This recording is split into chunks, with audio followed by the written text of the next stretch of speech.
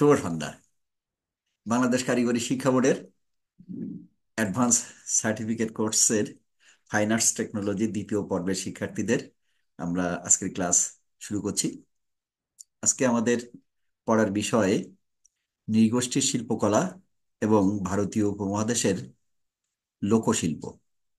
এই বিষয়ের বিষয় কোড 12-12-1। আমরা আজকের নৃগোষ্ঠীর কিভাবে গঠিত হয় এবং তাদের যে আচার আচরণ সহ যে নানা বিষয়গুলা আমরা একটি মেইন স্ট্রিম থেকে আরেকটা ক্ষুদ্র অংশের মানুষের মধ্যে যে পার্থক্য সূচিত হয়, তাদের যে মূল্যবোধ, তাদের যে সমাজ চেতনা, পরিবার গঠনের আকাঙ্ক্ষা, তাদের যে ধর্মীয় মূল্যবোধ, তাদের যে আচরণিক যে বিষয়গুলো, সবগুলোর যে একটা স্বাতন্ত্রতা থাকে, এইগুলো কি, এগুলোর সাথে আমরা একটু পরিচিতি হয়ে নিতে চাই। তারপরেই আমরা আসলে আসবো আহ, এই এথনিক গ্রুপের শিল্পকলার উপরে। আমরা আজকের ক্লাসের যে টপিকসটা আমরা একটু দেখে নিই।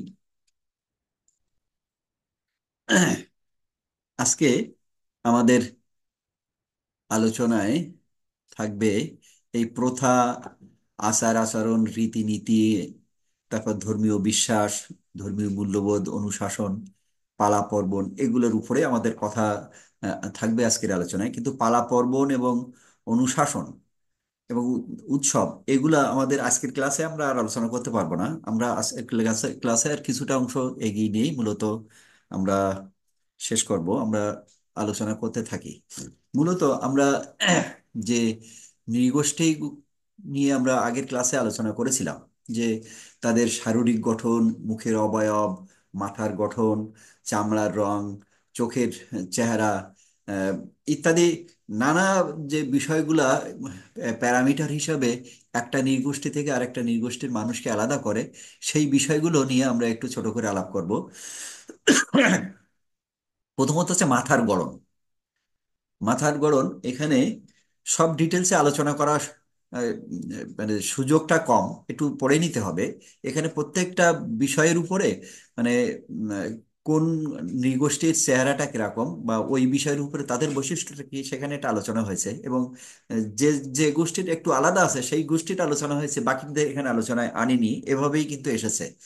যাক, প্রথমত মাথার গড়ন যদি ককেশয়েড এবং নিগ্রো, এই দুই নরগোষ্ঠীর মানুষের মাথাটা একটু লম্বা ধরনের। আমরা কিন্তু ককেশয়েড প্রথমে বলেছিলাম, ককেশয়েড গ্রুপে হওয়ার কারণে মাথাটা কিন্তু আড়ের থেকে কিন্তু এই দিকে একটু বড়। কিন্তু আমরা যদি জাপানি লোকজনদের কথা বলি, এটা কিন্তু গোল মুখ, তাই না? আমরা বলি যে গোল মুখ। তারপর অস্ট্রালয়েডদের মাথার গড়ন এটাও লম্বাটে কিন্তু মাঝারি ধরনের। পক্ষান্তরে মঙ্গোলীয়দের মাথা কিন্তু চওড়া, আড়ে বড় এবং গোল, যেটা একটু আগেই বলে ফেললাম। মুখের আকৃতি, মুখের আকৃতি, মুখ যদি আমরা পাশ থেকে দেখি তাহলে এই অংশটা ঠেওড়ানো নাকি একটু উঁচু, এটা একটা বিষয় থাকে। এখানে ককশয়েডদের মুখ একটু উঁচু বা লম্বা ধরনের হয়। তার মানে হচ্ছে এই যে চোয়ালটা, চোয়ালটা তুলনামূলকভাবে এই নাক বরাবরই থাকে, নাক বরাবরই থাকে। কিন্তু কোনো কোনো নরগোষ্ঠীর নাকটা একটু পিছনে, চলটা একটু বাইরে, আবার কোনো কোনো নাকটা একটু বাইরে, চলটা একটু ভেতরে। তারপর আহ, মুখের যে এই গলাটা, এই যে আমরা যেটাকে নেক বলি, এই জায়গাটা অনেকটা বড়। আবার আহ, কোনোটার একটু স্বাভাবিক, আমরা যেটা স্বাভাবিক দেখতে অভ্যস্ত, তার মানে হচ্ছে সেটা হচ্ছে যে মাথার 2/3 এখানটায় থাকে। কিন্তু প্রায় মাথার সমান 60% কিংবা 70% যখন গলা হয়, তখন কিন্তু আরেক রকম দেখতে হয়। আমরা এটা দেখতে অভ্যস্ত না বলে এখন বোঝা যাচ্ছে না, কিন্তু আসলে আমরা পরে দেখে নিতে পারবো যে সেই মানুষটা দেখতে কিরকম। এখানে আহ, মুখাকৃতি নিয়ে ককেশয়েডদের মুখাকৃতি লম্বাটে, সরু। আর নিপ্লয়েডদের মুখাকৃতি হচ্ছে লম্বাটে, ককেশয়েডদের মতো খানিকটা সরু নাক টাক আছে। অস্ট্রালয়েডদের কি আছে, দেহের তুলনায় মুখটা একটু বেশি লম্বা, থুতনিটা ছোট। থুতনি মানে এই এই জায়গাটা, এই জায়গাটা একটু, এই যে এখান থেকে একটু উঁচু না, এটা উঁচু না, এর একটু ছোট। এরকম কিছু বৈশিষ্ট্য এখানে আছে, আমরা সেগুলো একটু দেখে নেব। আমাদের পড়ে মুখস্থ মনে রাখার বিষয়টা আছে, কিন্তু আমি সবগুলো নিয়ে আলোচনা করতে চাইলে অনেকটা সময় লেগে যাবে। তারপর নাকের গড়ন, নাক থ্যাবড়ানো, নাক লম্বা, নাকি আমরা ভারতীয়রা কিংবা এই এই যে মুলুকের যে মানুষ বাঙালিরা, আমাদের নাক কিন্তু তুলনামূলকভাবে একটু লম্বা বা সুচালো নাক। এই যে সাহিত্যে বলে না বাঁশির মতো নাক, কিন্তু নাকটা যদি বাঁশি দিয়ে প্রতিস্থাপন করা হয় তা কেউ নিতে চাইবে না, তাই না? তা যাই হোক, এই নাকগুলো ককশায়রদের নাক কিরকম? ককশায়রদের নাম হচ্ছে তুলনামূলকভাবে চিকন, এদিকে চিকন, আবার কারোর নাক কিন্তু অনেকটা বড়, তাই না? চিকন এবং উঁচু। পক্ষান্তরে অস্ট্রেলিয়ানদের নাক হচ্ছে থ্যাবড়ানো, বোসা নাক যারে বলে। মঙ্গোলয়েডদের কিন্তু মধ্যম মানের। চোখের রং, ককশায়রদের চোখের রং হচ্ছে হালকা আহ, বাদামি ধরনের, যাদের কটা বলে, কটা। আবার কারোর চোখের মণি কিন্তু নীল হয়, আমরা এখানে একটা ছবি রেখেছি, চোখের মণি কিন্তু নীল, সবুজও আছে কিন্তু। তো যাই হোক, এইসব বৈশিষ্ট্যগুলা কিন্তু একটা মানব সম্প্রদায় থেকে আরেকটা মানব সম্প্রদায়ের মধ্যে একটু ভিন্ন হয়। আবার এই ভিন্নতার আবার কিন্তু সংমিশ্রণে কিন্তু একটা বিকল্প আর একটা চেহারা কিন্তু হয়েছে। তারপরে এই মৌলিক কিছু পরিবর্তন চোখে দেখেই কিন্তু বোঝা যায় এটা থেকে এটা এদিকার লোক। তারপর ঠোঁট, ঠোঁট ককেশীয়দের ঠোঁট পাতলা, মানে আমাদের ঠোঁট তুলনামূলকভাবে পাতলা, মঙ্গোলীয়দের হচ্ছে মাঝারি মানের, নিগ্রো এবং অস্ট্রেলিয়ানদের ঠোঁট ঠোঁট হচ্ছে অনেকটা পুরু, তাই না? আমরা যদি নিগ্রোদের দেখি কিন্তু ঠোঁট কিন্তু অনেকটা পুরু দেখা যাবে। কান, কানের শেপটা কিরকম?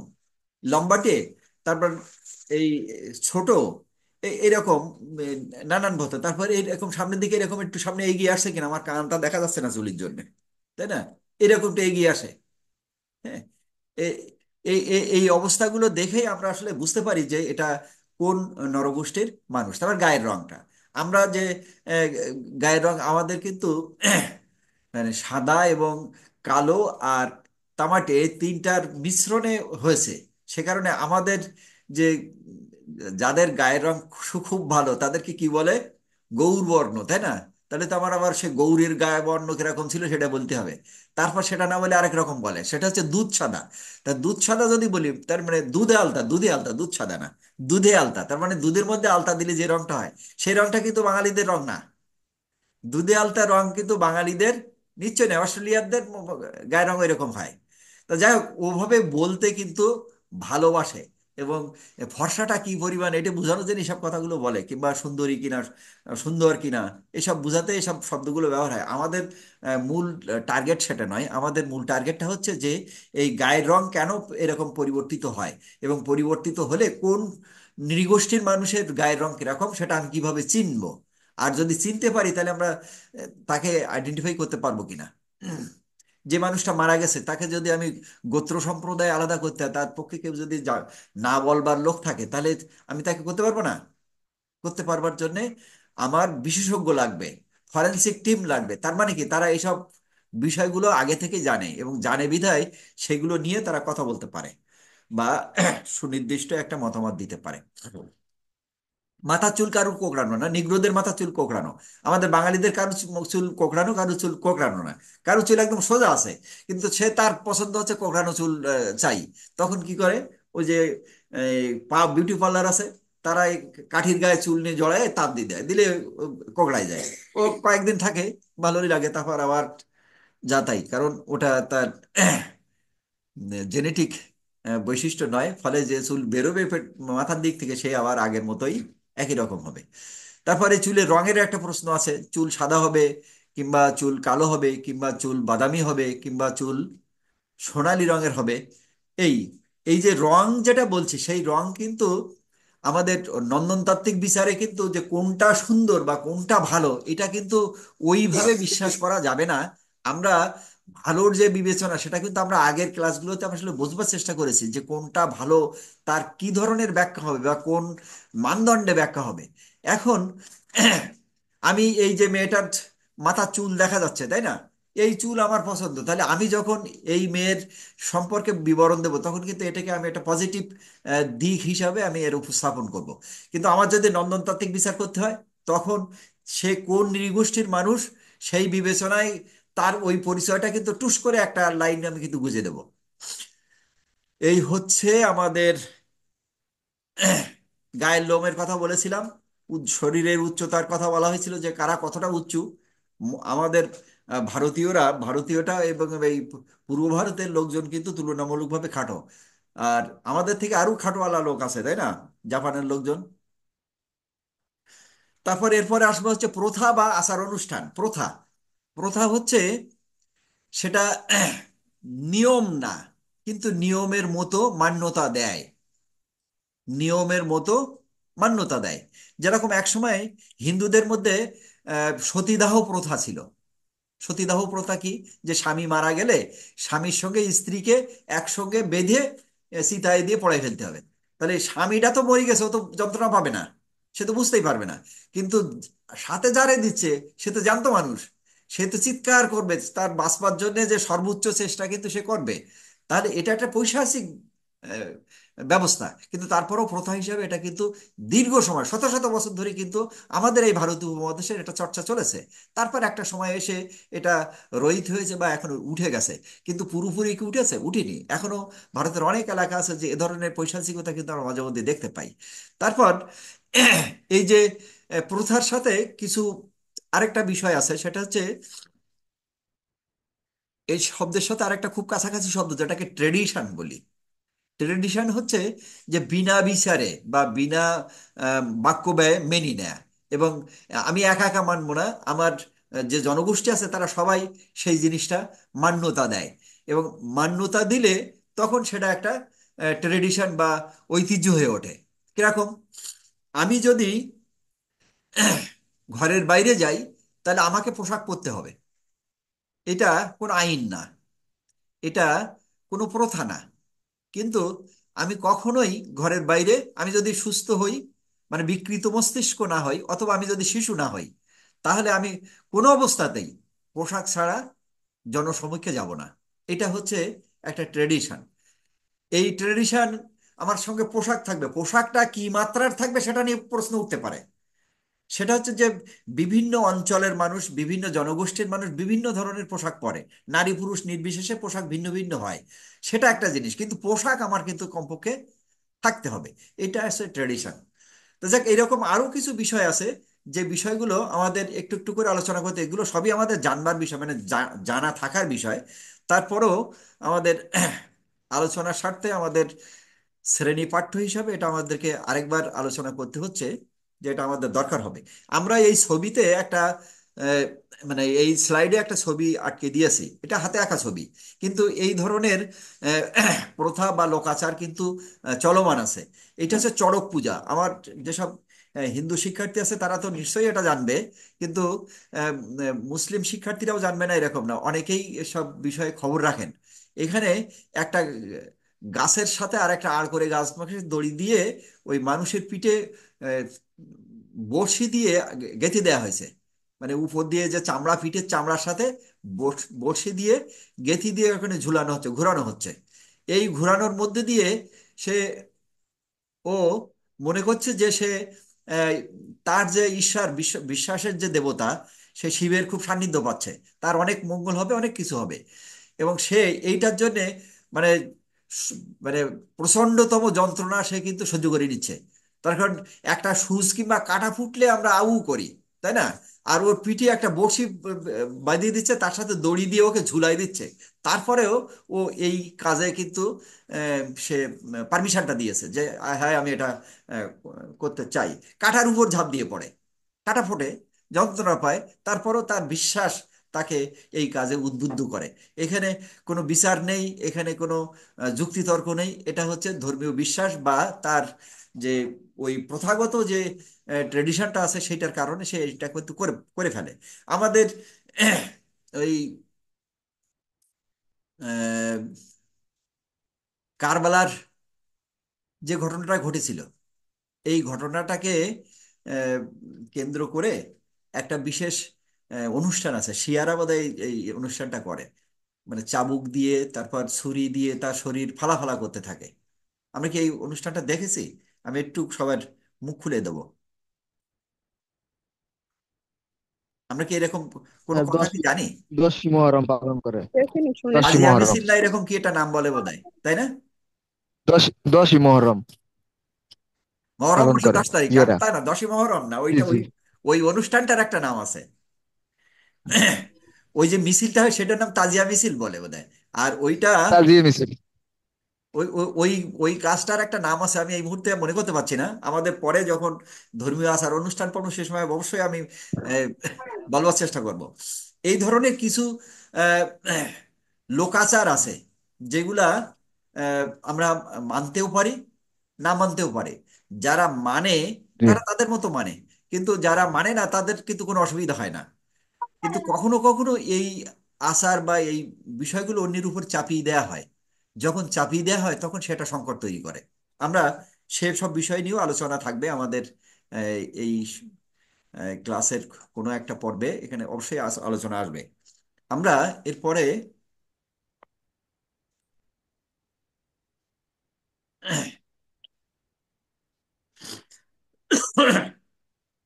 আমরা এই চিত্রে একটা জিনিস দেখতে পাচ্ছি। একজন মানুষ আলপনা দিচ্ছে, তাই না? আলপনা হচ্ছে উঠোনে, জি। আহ, ঘরের বাইরে সে তুলি দিয়ে কিংবা নানান কৌশল আছে, আলপনা তৈরি করার নানান কৌশল আছে, সেই কৌশলের মাধ্যমে সে এই আলপনা দিচ্ছে। এই আলপনা দেওয়ার সময় সে একটা বিশ্বাস থেকে দিচ্ছে। একদল মানুষ আলপনা দেয় সৌন্দর্য চর্চার জন্যে, যে ভালো দেখা যাবে তাই। আরেক দল মানুষ আলপনা দেয় তার ঈশ্বর প্রতি ভক্তি প্রদর্শন করবার জন্য। যখন সেই ঈশ্বরের প্রতি ভক্তি প্রদর্শন করবার জন্য বলে এই কাজটা করে, তখন সেটা কিন্তু একটা রীতিনীতির অংশ হয়। তার মানে সেটা সে না করলেই হবে না, সেটা তার করতেই হবে। আমরা কি মঙ্গল ঘট চিনি নাকি? কেউ কি বলতে পারে মঙ্গল ঘট কি জিনিস? জিনে স্যার। কেন সবার কি চিনি মুখ না। বন্ধ নাই, কেউ কথা কয় না কে? জিনে স্যার চিনি না। এই সব প্রশ্ন করিস কেন? এর মধ্যে একজনে হিন্দু হিন্দু মেয়ে নেই, তারা মঙ্গল ঘট চেনে না? হ্যাঁ, চিনি স্যার। কি জিনিস সে? স্যার ওটা আমরা ওই যে মঙ্গল দিয়ে আমাদের, বানানো? না স্যার ওটা মাটির একটা কলসির মতো ছোট। পাত্র। একটা মাটির কলসি, মাটির হতে পারে, পিতল বা অন্য যে কোনো মাধ্যমে তৈরি করা হতে পারে, একটা কলসি বা ঘট এই ধরনের। সেই তার উপরে একটা বিশেষ ধরনের একটা চিহ্ন আঁকে। হয় এই স্যার। চিহ্নটার নাম হচ্ছে স্বস্তিকা চিহ্ন বলে। এই চিহ্নটা একাধিক ধরনের হয়। এটা হচ্ছে যে কোন গোত্র সম্প্রদায় তাদের উপরে এই চিহ্নটা ভিন্ন হয়। কিন্তু ও পূজা করবার আগে ও ওই ঘরটা ও বসাবেই, এবং ওই ঘরটার ভেতরে জল দেবে। তার উপরে বেল পাতা কিংবা আমের পাতা কিংবা কলার পাতা অথবা একটা ছোট ডাব কিংবা অন্য একটা ফল এরকম কিছু একটা দিয়ে পুজো পূজা করবার সে উপাচার হিসাবে সেটা ব্যবহার করে। এইটা হচ্ছে স্রেফ আচার, এটা ধর্মীয় আচার, এটা মানা বাধ্যতামূলক না। কিন্তু যারা বিশ্বাসটা করে তারা কিন্তু এই কাজটা করে, এটা বাদ দিয়ে সে কিন্তু এই কাজটা করবে না। কিন্তু এই কাজটা বাদ দিয়ে যে একদম করবে না তা না। এখন যে একক বা ছোট পরিবার, এই পরিবার সন্ধ্যাবেলায় তার স্ত্রী একটু তার ছোট্ট একটা ঠাকুর ঘর আছে, অথবা ঘরের মধ্যে এক সাইডে ছোট্ট একটা হয়তো ওই একটা মূর্তি ব্যবহার করছে, বা মূর্তির একটা ছবি আছে, সেই ছবির নিচে সে একটু সময়ের জন্য একটু প্রার্থনা করে। তখন এই এত কিছু আয়োজন সে কিন্তু করে না, সে সেখানে বসে তার মতো ছোট করে যতটুকু হয় সেটা একটা করবার চেষ্টা করে। তখন আর এই মঙ্গল ঘট লাগে না। কিন্তু আনুষ্ঠানিক যখন পূজা অর্চনার প্রশ্ন উঠবে, দুর্গা পূজা, কালী পূজা, সরস্বতী পূজা কিংবা এই জাতীয় যেসব পূজা আছে, একটু বড় পূজা কিংবা এই এই ধরনের বড় আয়োজন যাদের যজ্ঞ বলে, সেগুলো করতে চাইলে এ ধরনের একটা মঙ্গল ঘট কিন্তু আবশ্যক হয়ে ওঠে। এবং তখন এইটা ধর্মবিশ্বাসের সঙ্গে সম্পৃক্ত থাকার কারণে এটা তখন একটি অনুষঙ্গ হিসাবে কিন্তু আসতেই হবে, বা অন্যতম উপাদান হিসাবে। তো যাই হোক, আমরা এই আচার নিয়ে কথা বলছিলাম। এখানে এই যে চিহ্নটা, এটা স্বস্তিকা চিহ্ন, এটা এই সিম্বলটা, আর এটা এইগুলো শঙ্খ, এই এই দুটো চিহ্ন কিন্তু হিন্দুদের জন্য কমন। তাদের পূজা অর্চনার সময় কোথাও না কোথাও এই সিম্বল ব্যবহার হয়। এই সিম্বল অন্য কোনো ধর্ম সম্প্রদায়ের মানুষ ব্যবহার করে না। শঙ্খটা এরা বৌদ্ধরা ব্যবহার করে, কিন্তু এই স্বস্তিকা চিহ্ন তারা ব্যবহার করে না। আমরা পরে যখন ধর্ম সম্প্রদায় নিয়ে আলোচনা করব তখন এইসব এবং তাদের যে চিহ্ন বা মোটিভ আছে সেগুলো নিয়ে আমরা অবশ্যই কথা বলবো। এখন প্রথম যা আচারের তিনটা মৌলিক দিক আছে সেটা আমরা একটু দেখে রাখি। সেটা হচ্ছে প্রতি ক্ষেত্রে সম আচরণ, প্রতি ক্ষেত্রে সম আচরণ, প্রতি ক্ষেত্রে সম আচরণ মানে হচ্ছে ওই জাতিগোষ্ঠীর মানুষের মধ্যে সবার প্রতি একই আচরণ হতে হবে। মানে কারুর প্রতি কম, কারুর প্রতি বেশি, এর জন্য এইটা ওর জন্য ওইটা নয়, এরকম হলে হবে না। তারপর এখানে একটা সামাজিক বন্ধন থাকতে হবে। আর হচ্ছে সবাই একটা নির্দিষ্ট আদর্শিক মূল্যবোধ দ্বারা তাড়িত হতে হবে। তার মানে তাদের একটা নির্দিষ্ট মাত্রার মূল্যবোধ তাদের মধ্যে সঞ্চারিত করতে হবে। আচ্ছা, আচ্ছা। করে যদি এই কাজগুলো যখন করা হয় তখন এটাকে প্রথা এবং আচার হিসাবে মান্যতা পায়। এর বাইরে যেটা আছে সেটা আমি বিশ্বাস করি না বলে আমি একভাবে কথা বলতে পারি, সেটা সমালোচনা করতে পারি, একটু হাস্যরসাত্মক পরিবেশ করে কথা বলতে পারি, সেটা ভিন্ন জিনিস। কিন্তু এটা আবার কারোর যদি মনোপীড়ার কারণ হয়, অন্তর্দহ হয়, তাহলে সেটা কোনোভাবে মান্যতা দেবে না। একদম স্রেফ বন্ধু বান্ধবের গসিপের অংশ হিসাবে সেটা মান্যতা দেওয়া যাবে, কিন্তু কোনোভাবেই এটা সামাজিক একটি পরিবেশে বা আউটার একটা সার্কুলার এই কথাটি কিন্তু বলা যাবে না। এটা আহ, ভালো। এই প্রথা বা আচার নিয়ম ট্রেডিশনের বিরুদ্ধে যাওয়ার কারণে সামাজিক দায়বদ্ধতার জায়গা থেকে এটা করা যাবে না। আমরা এর পরে আসব অনুষ্ঠান। অনুষ্ঠান হচ্ছে যে কোনো একটা আয়োজন হবে, কোনো একটা নির্দিষ্ট লক্ষ্যকে আহ, কেন্দ্র করে কিছু আয়োজন আছে, তার প্রস্তুতি আছে, সেগুলো তার কিছু উপমা উপকরণ আছে, সেগুলো সব এক জায়গায় করে আরো কিছু মন্ত্রতন্ত্র ইত্যাদির মতো কিংবা কিছু আচারিক বিধিবিধান আছে, সেগুলো সব মান্যতা দেওয়ার আহ, মধ্য দিয়েই একটি অনুষ্ঠান অনুষ্ঠান হয়ে ওঠে। সেখানে কি কি থাকে এরকম অনুষ্ঠান কিছু সামাজিক অনুষ্ঠান যদি বলি, বিয়ের একটা অনুষ্ঠান। বিয়ে তো যে কেউ দুজনে করে ফেলতে পারে, অন্য কারণ না হলেও হয়, তারা দুজন মান্যতা দিলেই বিয়ে হয়, এরকম বিয়ের প্রথা আছে কিন্তু, আছে না? গান্ধর্ব জি, বিবাহে কোনো সাক্ষী জি, লাগে না। তা যাই হোক, এই বিবাহ হবার জন্য আমরা কি করি? একজন পুরোহিতকে ডাকি কিংবা একজন কাজী আসে, সে কয়েকজন লোকের কাছে জিজ্ঞেস করে এবং ওই সবার সামনে জিজ্ঞেস করে ছেলেটার কাছে, তুমি কি বিয়েতে রাজি? তা কয় হ্যাঁ। মেয়েটার কাছে জিজ্ঞেস করে, তুমি কি বিয়েতে রাজি? তা হ্যাঁ। তাহলে সবাই মিলে আমরা এদের বিয়ে দিয়ে দিলাম। আর হিন্দু বিবাহ যদি হয়, তার কিছু অনেকগুলো অনুষ্ঠান আছে, সেগুলা পুরোহিত অনেকক্ষণ ধরে মন্ত্রতন্ত্র পড়ে, সেই সব পড়া টড়ার পরে একটা সময় ওদের মনে হয় যে বিয়ে হয়ে গেছে, আচ্ছা ঠিক আছে এবার চলো সবাই খাওয়া দাওয়া করি নেই। এরকম আরো কিছু অনুষ্ঠান আছে যা হাতে করি একটা অনুষ্ঠান। তারপর বৃদ্ধারম্ভ যারে বলে, মানে তারপর আকিকা। আকিকা হচ্ছে এই নাম রাখার অনুষ্ঠান কিংবা অন্নপ্রাশনের মতো একটা অনুষ্ঠান। আমি আকিকা শব্দটা কোন অর্থে ব্যবহার হয়, প্রপার শব্দটা আমি অবশ্য আমি বলতে পারছি না, যদি আমি ভুল করে না থাকি। আকিকা আহ, নাম রাখার একটা অনুষ্ঠান বোধহয়, এরকম কথা আমাদের বন্ধু বান্ধবের মাধ্যমে অনেকবার শুনেছি যে আহ, নাম যখন নিয়ে পরিবর্তন করবার বা অন্যরা মশকরা করতে চায়, কিংবা নামের অপরিচালিত অংশ নিয়ে যখন অন্যরা ডাকে, তখন কয় যে এই এই নামটার জন্য আমার আব্বা আকিকার জন্য 4টা গরু জবাই করেছিল। জি, জি। তারপর সদকা দেয় অভিষেক। স্যার, সদকা। অভিষেক হচ্ছে যে কোনো একটা সংগঠনের আহ, যারা এখন নূতনভাবে নির্বাচিত হলো বা যাদেরকে সিলেকশন দেওয়া হলো, তাদের কার্যারম্ভ হওয়ার একটা আনুষ্ঠানিকতা, যেটাকে অভিষেক বলে। এটা এই যদি মন্ত্রীরা হয় তাদের অভিষেক অনুষ্ঠান আছে, এখন শপথ গ্রহণ টরণ এসব হয়। কিন্তু যদি একটা বড় সংগঠন যদি হয়, আমি যদি চেম্বার অফ কমার্স যদি হয়, তাহলে ওরা প্রথম যেদিন কার্য আরম্ভ করে সেই অনুষ্ঠানটা না অভিষেক হয়। আবার যখন আগের সময় রাজারা ছিল, তারা যখন প্রথম রাজা হয়ে তার প্রথম কাজ শুরু করে, সেটাকে রাজ্যাভিষেক বলে। এরকম বেশ কিছু অনুষ্ঠান আছে। এর কিছু অনুষ্ঠান হচ্ছে ধর্ম সম্প্রদায়ের কারণে ভিন্ন, আবার কিছু মৌলিক আছে বা সার্বজনীন কিছু অনুষ্ঠান আছে। আমরা বৈশাখী অনুষ্ঠানের কথা বলি। এই বৈশাখী অনুষ্ঠান কিন্তু জাতি ধর্ম নির্বিশেষে সবাই কিন্তু এই অনুষ্ঠানে যোগ দেয়, তাই না? আমরা 21শে ফেব্রুয়ারির যে জি। আহ, ভাষার যে অনুষ্ঠান থাকে, সেই অনুষ্ঠানও কিন্তু জাতি ধর্ম নির্বিশেষে সবাই কিন্তু যোগ দেয়। এখানে বিজয় দিবস। ধর্মীয় কোনো বাধা বা বিশেষ কোনো আচার অনুষ্ঠান না থাকার কারণে সবাই নিশ্চিন্তে নির্বিবাদে বা বিনা দ্বিধায় সেখানে উপস্থিত হতে পারে বা হয়ও বটে। এভাবে যে কোনো একটা জাতিগোষ্ঠীর জন্য এ ধরনের বেশ কিছু অনুষ্ঠান আছে। এক হচ্ছে যে সেই জাতিগোষ্ঠীর জন্য একদম স্পেশাল, আবার কিছু অনুষ্ঠান আছে সার্বজনীন বা সর্বজনীন।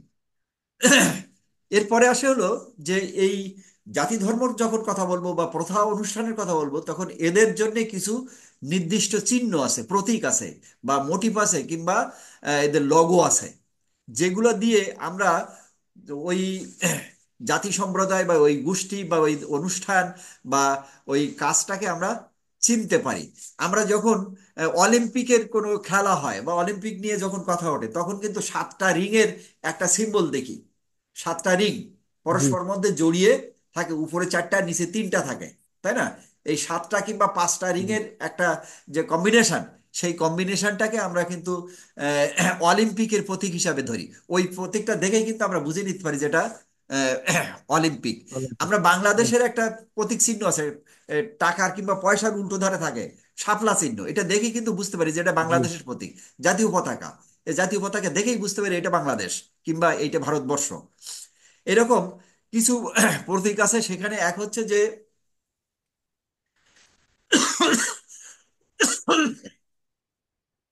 এই ধর্মীয় সম্প্রদায় হোক, জাতিগোষ্ঠী হোক, অথবা দেশ জাতি হোক, তারা নিজস্ব কিছু সিম্বল, কিছু সংকেত, কিছু অঙ্গভঙ্গি, কিছু শব্দ, কিছু উপজীব্য অনুষ্ঠান, এগুলো তারা ব্যবহার করে।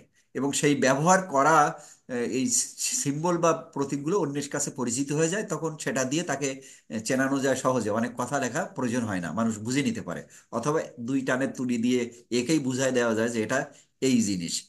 এই বিষয়গুলো নিয়ে আমাদের পরে আবার আলোচনা আসবে। এরপরে ধর্ম আর সম্প্রদায়, এই যে আচার আচরণ, অনুশীলন, নৈতিকতা, বিশ্বাস, দৃষ্টিভঙ্গি এবং পবিত্র ধর্মগ্রন্থ অথবা ভবিষ্যৎবাণী, নীতিশাস্ত্র অথবা জন্ম মৃত্যু, এই সব বিষয়গুলো নিয়ে যে আধ্যাত্মিক যে চিন্তা, এই চিন্তা দ্বারা যারা প্রভাবিত হয় বা বিশ্বাস করে, তারা একটা ধর্মমত প্রতিষ্ঠা করে। এই এইগুলার মধ্যে এক বা একাধিক পার্থক্যের কারণে বিভিন্ন ধর্মমত সৃষ্টি হয়েছে। যদি আমরা এখানে যে কথাগুলো বললাম, নৈতিকতা, আহ, আমি সব ধর্মের নৈতিকতা আছে, যে বড়দের মান্য করো, আহ, অন্যায় করো না, মিথ্যা কথা বলো না, অন্যদেরকে ঠকিও না, এই নৈতিকতা কিন্তু সব ধর্মের মধ্যে আছে। তাহলে এটা দিয়েই একমাত্র চেনা যায় না। তারপর কিছু ধর্মে আছে এই নৈতিকতার কিন্তু আর একটা আলাদা রূপ আছে। যেমন আমরা যদি যে রোমানদের কথা জানি, তারপর মিশরীয়দের কথা জানি, এখানে যে ধর্মীয় বিশ্বাস সে সময় ছিল, সেই ব্যাবিলিয়নের যে ধর্মবিশ্বাস ছিল, এখানে ধর্মবিশ্বাস ছিল কিন্তু ধর্মের নৈতিকতা ছিল না। আমরা এই বিষয় নিয়ে পরে আরো বিস্তারিত আলোচনা করার সুযোগ পাবো। কিন্তু ধর্মীয় গ্রন্থ যদি বলি তাহলে কিন্তু আলাদা হয়ে যায়। যদি আমি হিন্দুদের কথা বলি, তারা বেদ পুরাণকে মান্যতা দেয়। ইসলামের কথা যদি বলি, তারা কোরআন কিংবা হাদিসকে মান্যতা দেয়। যদি খ্রিস্টান বলি, তারা বাইবেলকে মান্যতা দেয়। বৌদ্ধ যদি হয়, তারা ত্রিপিটককে মান্যতা দেয়। এরকম বিভিন্ন জাতিগোষ্ঠী আছে, বিশেষ বিশেষ করে ধর্মীয় সম্প্রদায়, তারা এই ধরনের বেশ কিছু নীতি নৈতিকতা এবং আচার আচরণ, এগুলা তারা বিশ্বাস করে। এবং এদের মধ্যে যে মিল থাকা মানুষগুলো যখন একসাথে হয়, তখন তারা একটা ধর্মীয় গোষ্ঠী তৈরি করে, সম্প্রদায়। একটা ধর্ম সম্প্রদায়ের মধ্যেও অনেকগুলা কিছু আচার আচরণিক দিক অথবা কিছু ছোট নিয়ম কানুনের পার্থক্য থাকার কারণ ধর্ম এক, কিন্তু তারা আলাদা সম্প্রদায় হয়ে যায়। শিয়া সুন্নি সম্প্রদায়, আমাদের গৌড়ীয় বৈষ্ণবরা যে সম্প্রদায়, এই যে ইসকন বাংলাদেশে, যারা এই এই হিন্দুদের জাগ্রত করবার জন্য কতগুলো মিটিং করতে গিয়ে একটা ভেজালের মধ্যে পড়ে গেছে। এরকম মতুয়া সম্প্রদায়, এরকম বেশ কিছু ধর্মীয় সম্প্রদায় আছে। তারা আহ, মূলত প্রিন্সিপালি একটা বিশেষ ধর্মের, কিন্তু আচরণগতভাবে কিছু আনুষ্ঠানিকতা, কিছু নিয়ম কানুনের কারণে অন্যদের থেকে একটু আলাদা, একটু আলাদা। কিন্তু তারা মূল যে আহ, উম, এই, আহ, রাস্তা, সেটাকে কিন্তু তারা এক মনে করে। এবং যে কারণে ওই যে একজন বিশিষ্ট আহ, আহ, ধর্মযাজক বলবো, যিনি আবার দেবতার পদবাচ্য হয়েছেন, যে বিবেকানন্দের গুরুর নাম কি? কে বলতে পারবে? সবার মুখ খোলা ছিল নাকি খোলা নেই? দেখি আসে আবার একটু। এই তো সবার মুখ খোলা। ও, আমার তো শিক্ষার্থীর সংখ্যা কম হয়ে গেছে নাকি? ওই ক্যামেরা সব বন্ধ করে ফেলিছে। এটা খুব গোলমাল হয়ে গেল। আমরা রেকর্ডটা এটা চালানো তো খুব কঠিন, পরে এটা গ্রুপে দেওয়া আমার জন্য খুব অসুবিধা। এটা হলে হবে না, এটা তো অনৈতিকতা। আমি এদিক তাকাচ্ছি না বলে সবাই বন্ধ করে ফেললে হবে? এটা তো রেকর্ডিং হচ্ছে। যাক, আমি যে কথা বলছিলাম, রামকৃষ্ণ পরমহংস তিনি বলছিলেন যে যত মত তত পথ। তার মানে মত অনেকগুলো থাকবে, পথ অনেকগুলো থাকবে, কিন্তু আমাদের মূল টার্গেটটা এক। এরকম ভাবে মূল ধর্মটা এক, কিন্তু আচরণের কিছু পার্থক্য থাকার কারণে একটা থেকে আরেকটা সম্প্রদায় আলাদা। এই সম্প্রদায় আলাদা হওয়ার কারণে এদের মধ্যে কিন্তু লড়াফেটা কত রকম রয়েছে। এক হচ্ছে যুক্তির লড়াই আছে, সেটা একরকম, কিন্তু এখন সরাসরি হাতাহাতি হয় তো, তাই না? আমরা দেখেছি যে যে সাতক্ষীরার কাছাকাছি খুলনায়, খুলনায় এখানে একটা কাদিয়ানি মসজিদে একবার বোমা ফুটলো, 12 জন লোক মারা গেল এবং প্রায় 50 জনের মতো মানুষ কিন্তু মারা গেল। তারপর আমরা দেখি মধ্যপ্রাচ্যের বিভিন্ন দেশগুলোতে মসজিদের মধ্যে বোমা মেরে দিচ্ছে, এক বোমায় 250-300 লোক মারা যাচ্ছে। দেখা যাচ্ছে নামাজ পড়তেছে যে সময়, সেই সময় বোমাটা ফুটতেছে, অথবা ঈদের জামাত হচ্ছে সেই জায়গায় দেশে বোমা ফাটায়। এরকম কত সব অদ্ভুত কাণ্ড কারখানা আমরা কিন্তু দেখেছি, যেখানে শুধুমাত্র এক সম্প্রদায় আরেক সম্প্রদায়কে পছন্দ করে না, কিংবা তাদেরকে উৎখাত করে বিনাশ করবার কারণে এই ধরনের একটা মহামারী তারা কিন্তু চালিয়ে যায়, নির্বিঘ্নে চালায়। এবং এখানে তাদের যে নৈতিকতা বোধ বা মূল্যবোধের যে জায়গাটা, সেটা কিন্তু আমরা যদি ইন জেনারেল দৃষ্টিকোণ থেকে দেখি, তো এটাকে কোনোভাবে আমরা আসলে মান্যতা দিতে পারি না।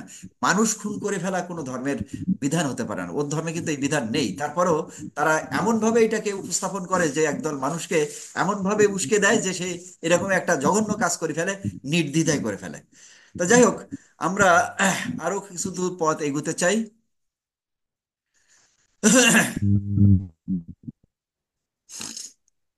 কিছু ধর্মের নাম আমরা আসলে জানি, সেই ধর্মগুলোর মধ্যে যে সম্প্রদায় আছে সেই সম্প্রদায়গুলো আমরা ছোট ছোট করে একটু দেখে যাই। ইসলাম ধর্মের মধ্যে আমরা 6টা সম্প্রদায়ের নাম এখানে আমরা লিখে ফেলেছি: সুন্নি, শিয়া, তারপর খারজি, হানাফি, তারপর মোতাজিলা এবং আহমদিয়া। এরা সবাই ইসলামকে মান্যতা দেয়। 10 10 মিনিট পরে ফোন ব্যাক করবেন বলো। তারপর হিন্দু ধর্ম, হিন্দু ধর্মের মধ্যে এখানে ব্রাহ্মণ, ক্ষত্রিয়, বৈশ্য, শূদ্র এরকম কিছু আহ, বর্ণভেদ আছে। আবার এদের মধ্যে আবার আহ, উপাসক হিসাবে বিবেচনা করে বৈষ্ণব, শৈব, শাক্য, তারপর এই মর্তবাদী, স্মার্তবাদী, এরকম বেশ কিছু সম্প্রদায় কিন্তু আছে। আমাদের যদি বৌদ্ধদের মধ্যে যদি যাই, তাহলে বৌদ্ধদের মধ্যে প্রধান দুটো ভাগ আছে। সেটার মধ্যে একটা নাম হচ্ছে হিনজান আর একজন হচ্ছে মহাযান। হিনজান হচ্ছে যে তারা এই বৌদ্ধের মূর্তিটা পূজা করবা বা বৌদ্ধকে পূজা করতে হবে এটা তারা মানে না। বৌদ্ধের স্ট্যাচু তারা কিংবা ফটো বা এই যে চিত্রকল্প তারা ব্যবহার করে না। আবার মহাযান যারা আছে তারা বৌদ্ধকে সরাসরি পূজা করে এবং বৌদ্ধ মূর্তিটাই তাদের উপাসনালয়ে স্থাপন করে। এরকম বৌদ্ধদের একটা শ্রেণী বিভাগ আছে। খ্রিস্টানদের এরকম ক্যাথলিক, রোমান ক্যাথলিক আছে, তারপর প্রোটেস্টাইনে আছে, এরকম একাধিক ভাগ কিন্তু আছে। এগুলা অর্থোডক্স, এগুলা কিন্তু মূলত মানে ধর্ম তাদের একটা, কিন্তু তাদের আচার আচরণ ওই কিছু নিয়ম কানুন একটু ভিন্ন হওয়ার কারণে একজন থেকে আরেকজন আসলে ভিন্ন হয়ে গেছে। এখানে আমরা যে ছবিটা ব্যবহার করেছি বিভিন্ন সম্প্রদায়ের বা ধর্ম সম্প্রদায়ের যে সিম্বল, সেই সিম্বলগুলো কিন্তু আমরা দেখিয়ে দিয়েছি। নিচের মানুষটা সে যখন উপাসনা করে, সে যে অঙ্গভঙ্গি করে তার সাথে এটা মিলাই দেওয়ার চেষ্টা করেছি। একটু দেখে নিলে চিনতে কারোর অসুবিধা হওয়ার কথা না। তারপরে যদি প্রশ্ন থাকে আমরা পরে এসব নিয়ে কথা বলবো। এবার সংস্কার বা অনুশাসন। সংস্কার কি? সংস্কার হচ্ছে এটা পরিবার থেকে মানুষ শেখে এবং সেটা শিখতে শিখতে সে নিজের অনুশীলনের মধ্যে আসে, যেটা আহ, বিশ্বাস করে যেটা আমার করা উচিত। সে বিশ্বাস করে এটা করা উচিত, সে নির্দ্বিধায় এটা সে মেনে নেয় এবং এই মান্যতার মধ্য দিয়ে সে কখনো প্রশ্ন করেছে এরকম মনে হয় না। তারপরে সে সেটা কিন্তু করে। আমি দু একটা উদাহরণ দিলে বোঝা যাবে। সেটা হচ্ছে যে হিন্দু মেয়েরা সিঁথিতে সিঁদুর দেয়, হাতে শাঁখা পরে। এটা কিন্তু আহ, লিখিত কোনো আইন কানুন নেই, তারপরে করে। তারপর সব অঞ্চলে হিন্দুরা একই কাজ করে তাও কিন্তু করে না। কিন্তু সব অঞ্চলের এইটা হচ্ছে সংস্কার, সে ছোটবেলায় শিখেছিল, সেটা সে অনুশীলন করে এবং এটাই সে বিশ্বাস করে। কিন্তু এটা ধরুন যখন শাঁখা সিঁদুর পরে তখন বলে যে শাঁখা সিঁদুর ভেঙে গেলে স্বামীর অকল্যাণ হয়, এবং একটা সময় মনে করতো তো স্বামী মারাই যাবে। কিন্তু এখন তো স্ত্রীদের শাঁখা তো প্রায় প্রতি মাসে একবার করে ভাঙে, তো এর মধ্যে ওই ব্যাটার কিন্তু একবারও মরণ হয় না। তো যাই হোক, সে বিষয়টা বিষয় না, সেটা হচ্ছে তার মনের মধ্যে এক ধরনের সংস্কার আছে। যদি এই শাঁখা সত্যি সত্যি ভাঙে কিংবা সিঁদুর ওই রকম যদি সমস্যার মধ্যে পড়ে, তখন কিন্তু তার মনের মধ্যে এক ধরনের দ্বিধাদ্বন্দ্ব কাজ করতে থাকে, কোনো একটা অমঙ্গল হতে পারে। এটা হচ্ছে সংস্কার। আর অনুশাসন কি? অনুশাসন হচ্ছে যে সংস্কারটা তোমাকে মানতেই হবে, যে সংস্কারটা তোমাকে মানতেই হবে, এটা যদি তুমি না মানো তখন তোমাকে এটা আমি কোনোভাবেই মানবো না। তোমাকে আমি কোনোভাবেই মানবো না। আমি বিয়ে করবো কিন্তু বিয়ের কোনো মন্তব্য পড়বো না আমি যদি হিন্দু হই, তো এটা মানবে না কেউ। কিংবা আমরা দুজন বলবো আচ্ছা ঠিক আছে আমরা আহ, পরস্পরের স্বামী স্ত্রী আমরা একসাথে থাকতে শুরু করব, আমার সমাজ কিন্তু এটা মানবে না। কারণ সমাজ যে অনুশাসন দেয় সেই অনুশাসন কিন্তু এটাকে এই মান্যতা কিন্তু দেয় না। কিন্তু এখনকার সময় দেশের রাষ্ট্রনীতি এবং আইন কানুনের কারণে সারা পৃথিবীতে এর অনেক পরিবর্তন ঘটেছে। তারপরেও কিন্তু প্রত্যেকটা ধর্ম সম্প্রদায় জাতির মধ্যে কিছু অনুশাসন আছে, সেই অনুশাসন সেই সম্প্রদায়ের মানুষ কিন্তু মান্যতা দেয়, তাই না? যে নিকাহ না ছাড়া কোনো নারী পুরুষের শারীরিক সম্পর্ক কিন্তু জেনা বা মানে নাজায়েজ একটা অপরাধ হিসাবে বিবেচনা করা হয়। কিন্তু সকল ক্ষেত্রে কি তাই হয়? এসে সকল ক্ষেত্রেতে কিন্তু তা হয় না। তাহলে সে কেন এই কাজটা করছে, তখন তার মূল্যবোধ তার প্রয়োজন এই সবগুলো কিন্তু তখন বিবেচনা দেয়। একজন পুরুষ যখন বিদেশে যাচ্ছে তখন আহ, তার যে সময়, কিংবা তার স্ত্রীটা দেশের মধ্যে থাকছে তার যে সময়, এর মধ্যে যদি আমরা একটা বিচার বিবেচনা করি, তাহলে এখানে কিন্তু কিছু ফ্লেক্সিবিলিটি কিন্তু আছে। সেগুলা সংস্কার কিংবা অনুশাসনের একটা অংশ। এটা অনুশাসন হিসেবে যদি বিবেচনা করি সেহেতু এটারে কিন্তু কোনোভাবেই আমি এটা শুনবই না বা আমি এটা মানবই না, আমি তোমার কথা শুনবই না, এরকম করে সে কিন্তু থাকতে পারবে না। তাকে কিন্তু সমাজ এই কাজটি করতে বাধ্য করে ফেলবে, এরকম একটা বিষয় আছে। তারপরেও এই অনুশাসন বা সংস্কার যখন জুলুমের পর্যায়ে যায়, তখন সেটা থেকে বেরিয়ে আসবার জন্য সেই সময়কার মানুষ সেটা পর্যালোচনা করে, তারা আরো কিছু অনুশাসন দেয়, তারপর সেটা আস্তে করে পরিবর্তিত হয়ে যায়। এরপরে আমরা আসব উৎসব। উৎসব নিয়ে এর আগে আমরা কথা বলেছিলাম মেলা উৎসব। সেখানে কিন্তু উৎসবটাকে নিয়ে আসছিলাম যে অনুষ্ঠান হিসাবে। অনুষ্ঠানের সঙ্গে অনুষ্ঠানের কিছু আনুষ্ঠানিকতা থাকে, আর উৎসবগুলোতে কোনো আনুষ্ঠানিকতা থাকে না। যেমন আমরা বই মেলা, এখানে কিন্তু পুজো দেওয়া লাগে না, দেয়া লাগে। তারপর এই যে বৈশাখী মেলা, এখানেও কিন্তু পূজা করা লাগে না।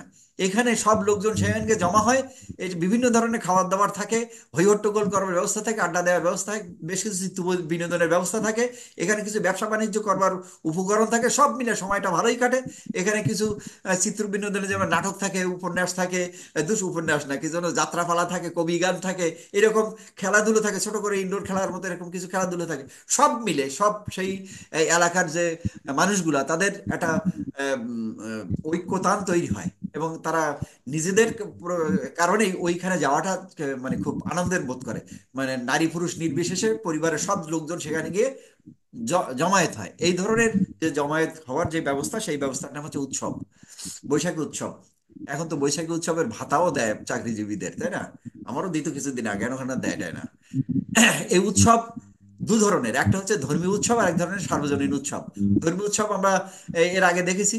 সার্বজনীন উৎসবটা ওই যে ধর্মীয় উৎসব আমরা দেখলাম যে চড়ক মেলা হচ্ছিল, ওই যে পিঠে হুক্কা দিয়ে ঘুরতেছিল, এরকম কিছু উৎসব আছে।